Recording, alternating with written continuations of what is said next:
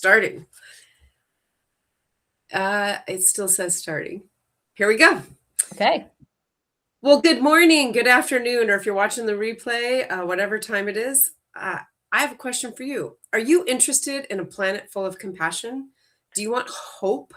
Would you like an economy that's actually sustainable and people can live and carry on? Well, you're in the right place because today I'm pleased to introduce Sue Inches. She's a book author, a teacher, a speaker, and a longtime champion for the earth. Sue, welcome to the show.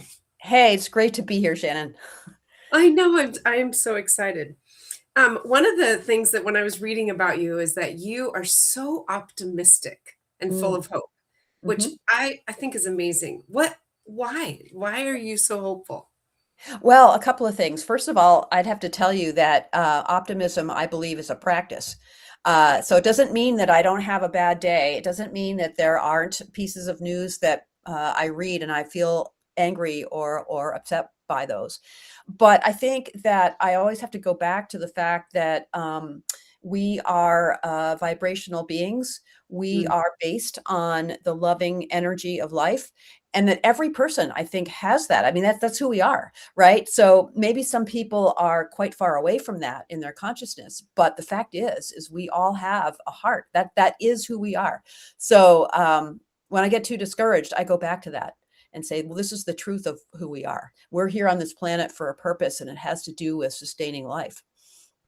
Yeah, and I was telling you in the preview room that my husband and I did a meditation this morning with Nancy Rebecca is her name from Intuitive Mind in Tacoma, and she was basically calling in all of the elders because of the steadiness and like honoring the tech and the new and everything that's happening, but really honoring what the 50 plus have to offer in terms of like, Mhm. okay, we've got the wisdom, we're going to get through this, it's going to be okay.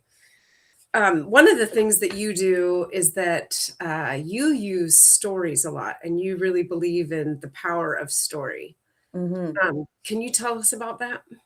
Yes. Well, so one of the things that I did professionally was I was an environmental lobbyist in our state legislature. And one of the things that I learned was very effective in that arena was to tell actual stories or to bring in people who could. So, in other words, if the issue was about lobster fishing, for example, we'd bring in lobster fishermen and they could tell their story. This is what they are seeing or what they're facing, and this is why they need a change. And those stories were more effective than any kind of data you could gather. I mean, data is great, but it should be in support of a personal story. And it's always, I mean, legislators have told me this so many times. When they go to vote, it's the story they Hmm. remember. It's personal stories they remember. So that's why, when I was a lobbyist and now when I teach people how to be good advocates, I do talk about, it's about your story and it's about collecting those and presenting that to the people who are going to make a decision. And it seems like in what I saw you doing that also helps you reach a lot of different kind of people. Hmm. Yeah, that's true. In fact, one of the things that I always think is that everyone has a reason for their point of view. I mean, even if I totally disagree with their point of view, they have a reason for that. There's a story behind that. And so, even working with opposition, that's something that really works well. It's like, well, okay, so why do you feel that way?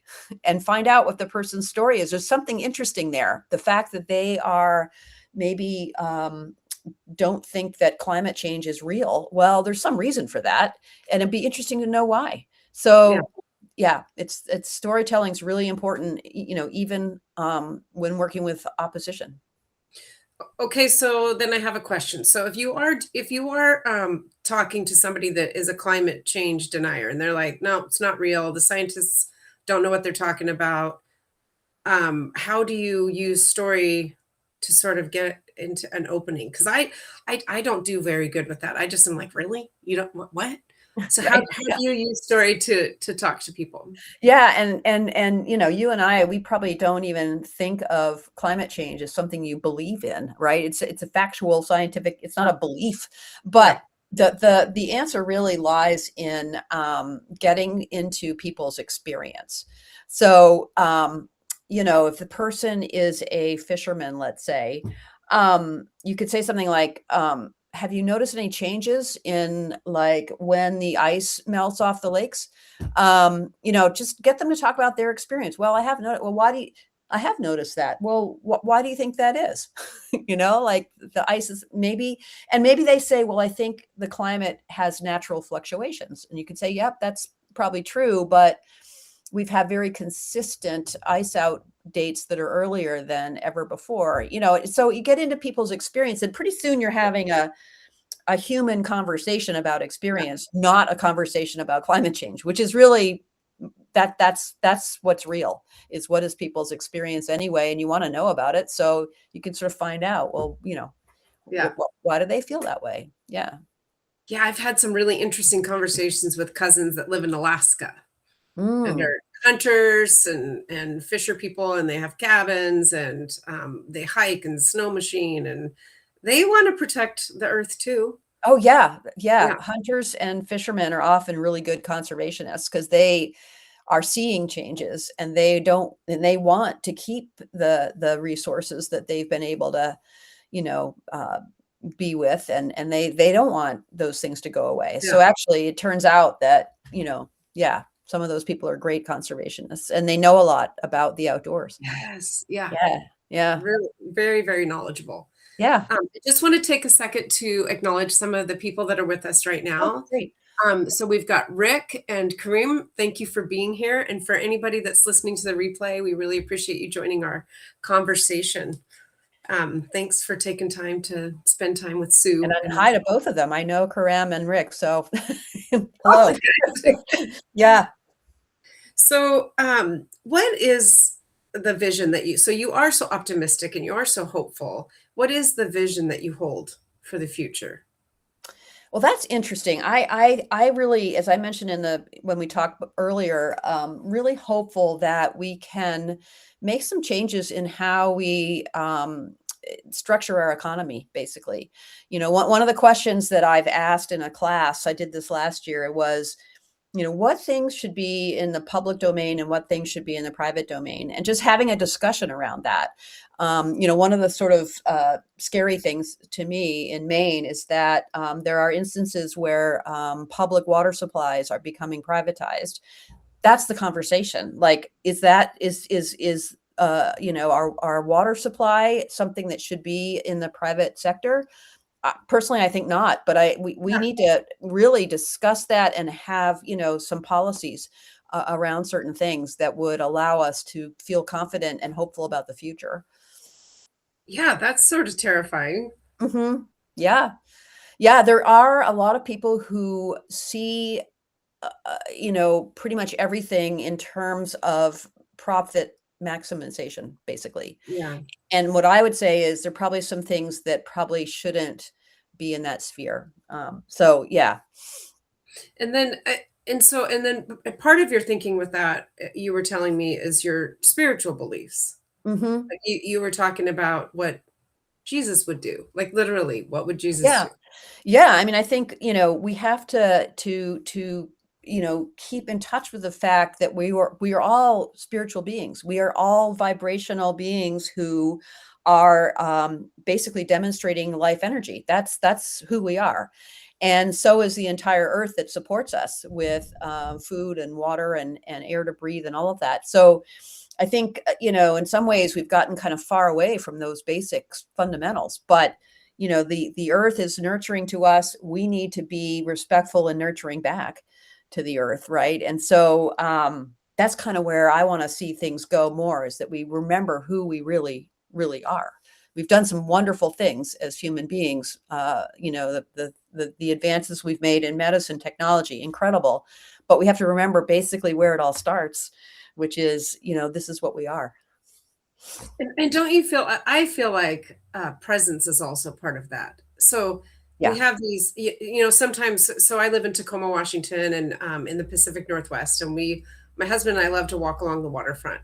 And a lot of times you'll be walking along the waterfront and somebody is just sort of staring into their phone, or they're taking a photo of this beautiful scenery, so that they can post it onto Instagram. And part of me wants to say, the real life is right in this moment. And sometimes that person is me, by the way. Sometimes I have to tell myself Yeah. that. Like I'm not on some high horse where I'm like, oh, yes, I'm present all the time. Yeah. Just sort of like really taking time to, when you talk about being a vibrational being, I feel it in my heart. And So do I. I can feel it, like if I'm talking to a tree or the flowers or the hummingbird, like that vibration going out of like, thank you for being here. It feels amazing. Yeah. And the other thing, so one of the things that's great about humanity is our ability to focus. Mm. And I'm really good at that. If I'm writing something, I am so focused, the whole rest of the world goes away. If I'm on my phone, sometimes the whole rest of the world goes away. But the flip side of that, of course, is what you just described, which is there's a whole world out there. And if we're not present to it, we miss it. And sometimes, I mean, great ideas flow to us when we're open to them. Yeah. So we kind of need like a certain amount of time where we're really present. We have to create spaces in our life so that we can recognize, new ideas, better ways to do things, better ways to be. I mean, though we need to create the space for those ideas to come in. And so if we're completely focused all the time, we don't have that space. I had an old a pastor that I used to, really like. He would call it a clearing. You create a clearing so that the spirit can come to you. But you need to have that clearing. Otherwise, you don't hear it. You don't feel it. So it sort of speaks to this balance in life that we need. Is we need the focus in order to get some things done, but we also need that opening to let the spirit come into us. And how do you do that personally? Like, what do you Oh, do for lots of clearing? ways. I love to be outdoors. I garden a lot. I also love to move my body, whether it's running or dancing or, so yeah, I do a lot of things that open me up, and regularly, like every day. I don't think a day goes by that I don't spend an hour or two or more, doing something that creates that clearing. It's really important. And I am so able to focus almost to a fault that I need to do that. Like if I'm writing, I might write for like 3 to 5 hours and totally the whole rest of the world is away from me. I don't even know what's going on. And then I kind of emerge out of it and go, wait, what's happening? Where is everybody? And I know it's time for me to get outside and, open up to other things. So, yeah. So, in one of the interviews I read about you, you spent time in Oregon and Washington. So Oh, I yeah, I was did a in long time Washington. ago. Yeah. Yeah. What were you doing up here in our part of the Oh world? my gosh. So I took a year off from college. I had finished my sophomore year and I went to the West Coast and became a tree planter on yeah, on national forest lands where they had clear cut. And this was a really eye-opening experience for me. I'd never seen a clear cut Oh, before, that's and devastating. Yeah. they're ugly. It's devastation. There's the tradition is to cut all the trees, burn all the slash, and then herbicide all of the little plants that try to come up. Of course, I didn't know a thing about forestry when I signed up for this job, but Yeah. what I could see was that all of the soil was running down the slopes because Oh, we were in the Cascade Mountains, very steep. And so by clear cutting and burning and herbiciding, it just all the soil was washing down into the rivers and out to sea. And I thought, there's got to be a better way. I mean, I don't know the science behind this, but it's obviously not working. And also some of the places where we planted trees were actually replanting. You could see the dead little trees wow. that had been there maybe planted 2 years ago were all dead. And now, of course, there's a lot of science showing that you don't want to kill all the Yeah. vegetation in Yeah. order to grow trees. You want the tree, the fungi underground and the plants above the ground to nurture the new trees. Yeah. So you don't want to get rid of all of it. And I think they're still doing some forestry with this old way, but it's been proven now scientifically that that actually is harmful and not the way to really grow a forest. So that was getting off into a tangent, but yes, I was out on the West Coast for a year doing that. Just curious, where did you live when you were out here? Well, I was based in Eugene, Oregon, and Oh, yeah. but then we would go to these reforestation projects and camp out there for like, be like 2 or 3 weeks that we'd be Wow. working. And so I had a tent and a sleeping bag, and we'd go out there and Any live. Sasquatch sightings? No, I don't Darn think it. so. No, Darn it. no, yeah, Because he's there. He's there. I've heard that. Yeah, Yeah. yeah, Yeah. yeah. So, we're about 15 minutes in, and I want to make sure we get a chance to talk about our mutual love of Scotland. Oh, yeah, yeah.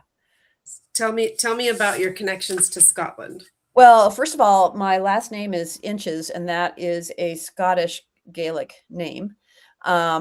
And what it means is it is like either the islands or the opening where a stream comes out.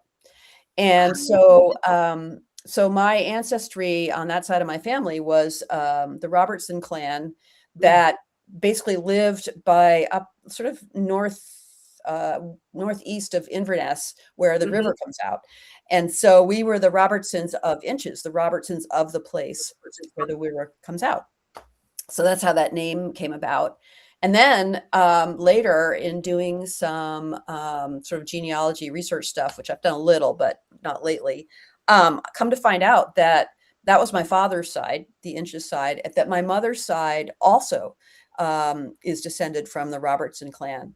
So I have it on sort of both sides of my family. And it's just really fascinating. And I've been to Scotland several times and really I love it there. It's a little bit like Maine, where I live now. It's a rural area and very natural resource based economy there. Yeah, really interesting. Yeah, it's beautiful. I had somebody ask me, so I've been there, I don't know, I lost count. I think 15 times. I kind Oh, of got wow. obsessed. Yeah. I Yeah. really I'd like to go back, Yeah. And I had somebody ask me recently, well, what must you see when you're in Scotland? And I'm like, Oh, that's yeah. an impossible question. Yeah. Like, it just depends on what you like to do. And so Yeah. I was emailing this person back today, and I was like, well, they're like, we're going to be in Edinburgh for a day. And I'm like, well, my favorite thing to do in Edinburgh, honestly, is to hike Arthur's Seat, get lunch to go, and go for a hike. Which, Yeah. I mean, that's probably bad advice. And if you need to go see Holyrood or, walk the Royal Mile or. You've been to the Fringe Festival? Yeah. Oh, yeah. Yeah. Yeah. Yeah. Yeah. And the tattoo, we've been to the tattoo a couple Yep. times. And Yep. yeah, and so there's so much happening there that yeah.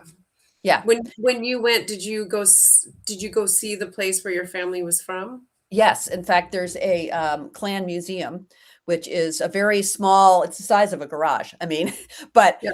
it's kind of fun. And they have some, old relics and things like that. So that was fun. And yeah, we went, I've toured the whole country pretty much. Yeah. Yeah. Yeah. It's beautiful. Every part of it's beautiful. Yeah. It really is.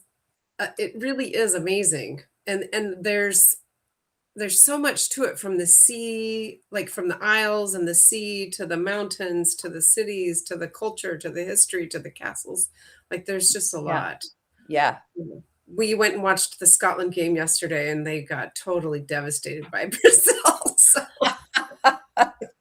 I'm sorry, I'm not laughing, Scotland fandom. I'm not laughing, but we just had kind of hoped maybe for a draw. So I have two things on my note cards here. So Okay. one is the Pine Tree Amendment, if you want to talk about that, or the power of ordinary people and how we reclaim our power as citizens. Oh, wow. Yeah. Those are two big, deep questions. As far as the constitutional amendment, what that's about is giving human beings the right to a clean and healthy environment. And many people don't realize we don't have that right. Yeah. That's crazy. Yeah. That's crazy. Yeah. They have a constitutional right to a clean and healthy environment in Montana and in Pennsylvania and in New York. those 3 states. And then there's quite a few other states, maybe a dozen or so, that would like to have it and have had campaigns, but have not yet succeeded in adding. It's hard to add to your state constitution, and we don't have it in the federal constitution either. So this is something that it's sort of an ongoing campaign, and it looks like it'll be coming back in the next legislature in Maine. I've been in a few meetings lately about this. So yeah, I mean, it's basically in a way symbolic, but in a way an important legal pillar to have, because with oil and gas and climate change, with PFAS and chemical pollution, and now with data centers, people are subject to harmful environmental impacts, and they don't have much legal recourse. We haven't, that when the founders of our country and the framers of our national and state constitution wrote these things, environmental health was not on their minds. And so we don't have that. So anyway, that's a real quick overview of what it is. So Is it true? Like, I haven't read the details, but I just saw a quick news headline about Reno, where they were going to put in a data center and 75,000 people were going to lose water or lose power. Yeah. It was crazy. Do you know if that's true? I don't know if that's true, but I do know that specifically, but I know that data centers do use a tremendous amount of water, as does fracking, by the way.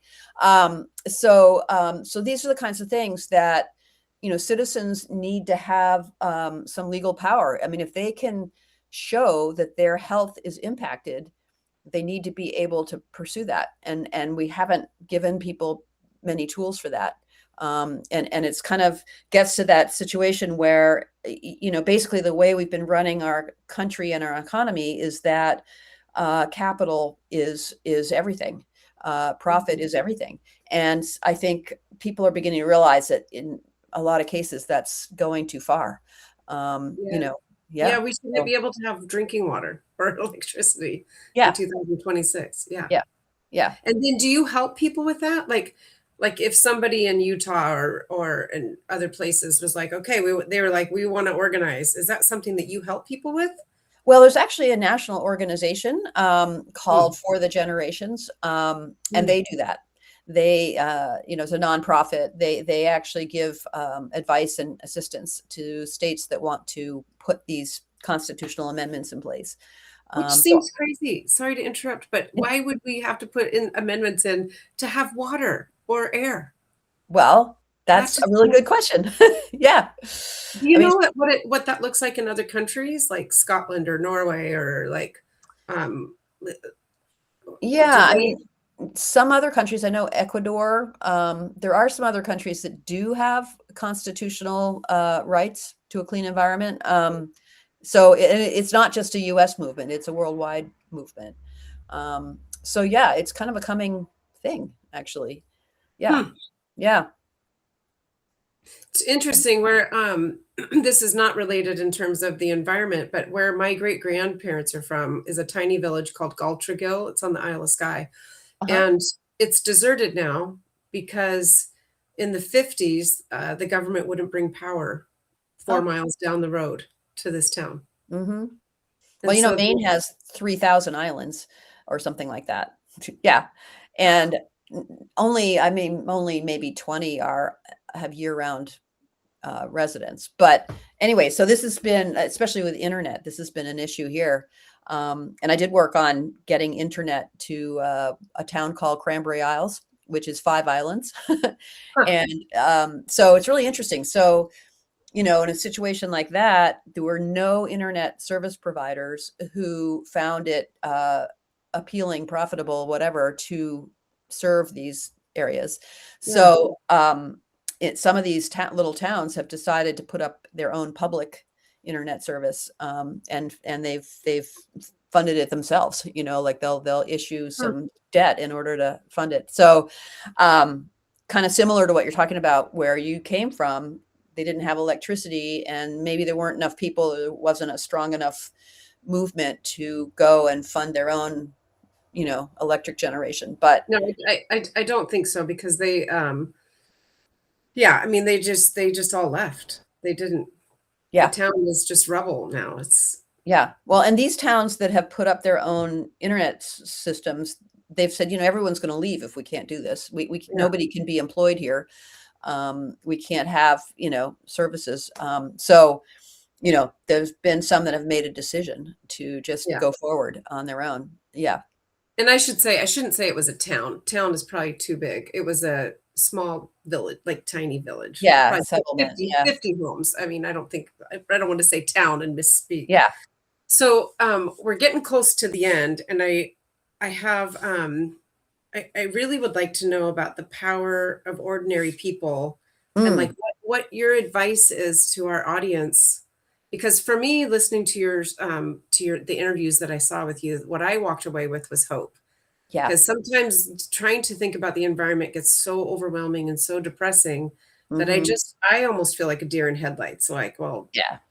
what do I even do? Do I even make a difference? Yeah. And so, what would you say to our audience about that power of ordinary people and the individual voice?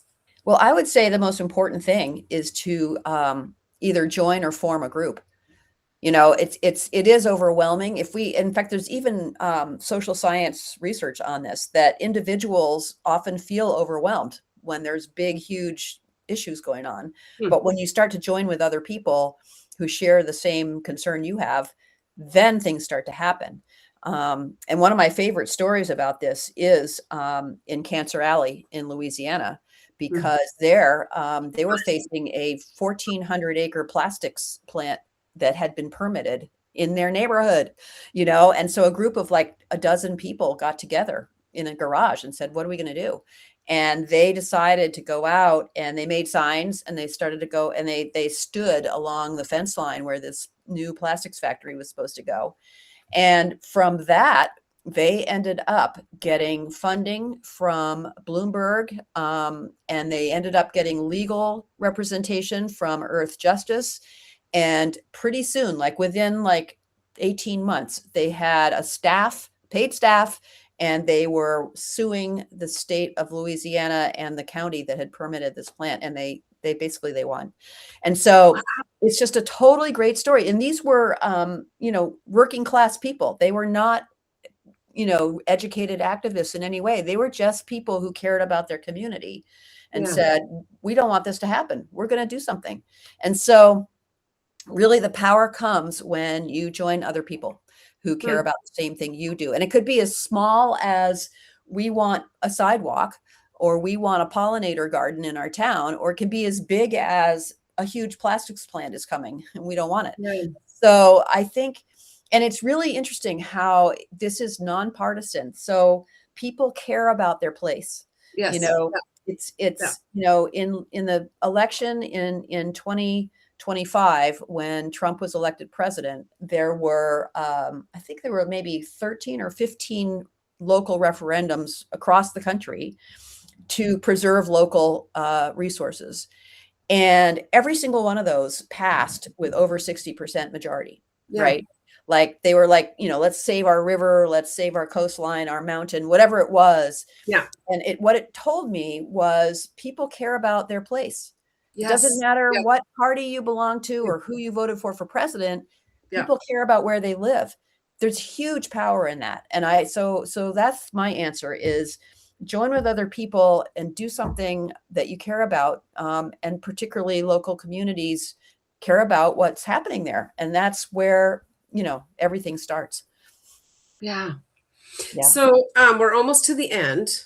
Where tell us before we go, please tell us where people can find you, your Substack. Oh. Tell us a little bit about your book. Yeah, That, so I do where can people find your work? Yeah. yeah, thank you, Shannon. So I do a Substack every other week. It's called Latest News from Sue Inches. It's on Substack. It's free. The purpose is to get ideas out there that you don't often see. I've also wrote a book called Advocating for the Environment. It's based on my experience in organizing and lobbying. And the purpose of that is to bring advocacy to each of us, because advocacy is a big syllable, scary word, but actually, no, it's about your personal story and what you care about. That's the bottom line. So I try to make advocacy really accessible to people. So the book, my Substack, and then you can respond to my Substack if you want to get a hold of me personally. I always will answer you. I do some public speaking and workshops. So anyone that's interested in having me join your group, that would be great too. So that's it. I'm sort of out there and really willing to connect with people. So I love to do that. So yeah. And then one last question for you. I had asked you in an email, what does imagine, believe, discover mean to you? Well, yeah, it's so interesting. Shannon is doing such a great job with her work, which is writing and imagining and discovering.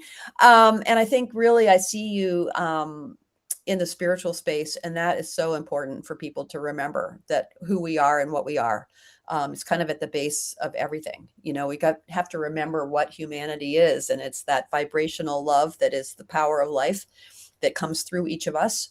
And I think the more that we can open to that, the more we can love ourselves and each other, the better everything's going to be. I mean, that's sort of the big bottom line, I guess. And I think you're doing that, Shannon, with your work, your interviews, your writing. That's where you are. So keep on, I guess, is my Well, message. thank you. I wasn't Yeah. trying to make it about me, but thank you. Yeah. I Yeah. was thinking more about like the earth and Yeah. yes, but thank you. Yeah. Well, the So, earth is on too, and we need to nurture that. yes, yes.